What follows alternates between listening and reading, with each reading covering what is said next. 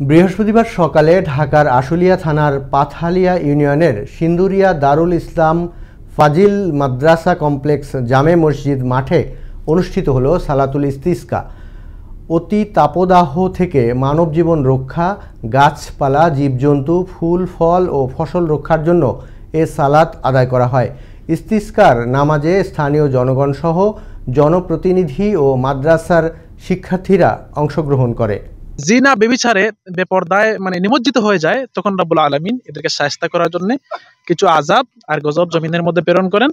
যে আসলে এই পৃথিবীতে যা কিছু রয়েছে সবকিছু কেবলমাত্র আল্লাহ তাআলার কথাই শুনে।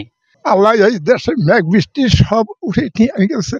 আল্লাহ জানে আমাকে অতি শীঘ্রই পানির জন্য আল্লাহর কাছে প্রার্থনা করলাম, আল্লাহ যেন আমাকে একটু পানির ব্যবস্থা করে। এই যে প্রচন্ড তাপদাহে যে গরমে মানুষের জীবনমান অতিষ্ঠ হয়ে যাচ্ছে, এই জন্য আমরা আল্লাহ রাব্বুল আলামিনের কাছে প্রার্থনা করলাম। আমি আবেদন জানাবো আমাদের রাষ্ট্রপ্রধান যারা আছেন, রাষ্ট্রের কাছে, রাষ্ট্রের কর্ণধার যারা আছেন, তাদের কাছে আবেদন জানাবো তারা যেন রাষ্ট্রীয় উদ্যোগে সারা দেশে এই নামাজগুলোর ব্যবস্থা করেন এবং বিশেষ দোয়ার আয়োজন করেন। ইয়া রাব্বাল আলামিন, তুমি আমাদেরকে মাফ করে দাও, তুমি ছাড়া আর কে মাফ করার ক্ষমতা রাখে।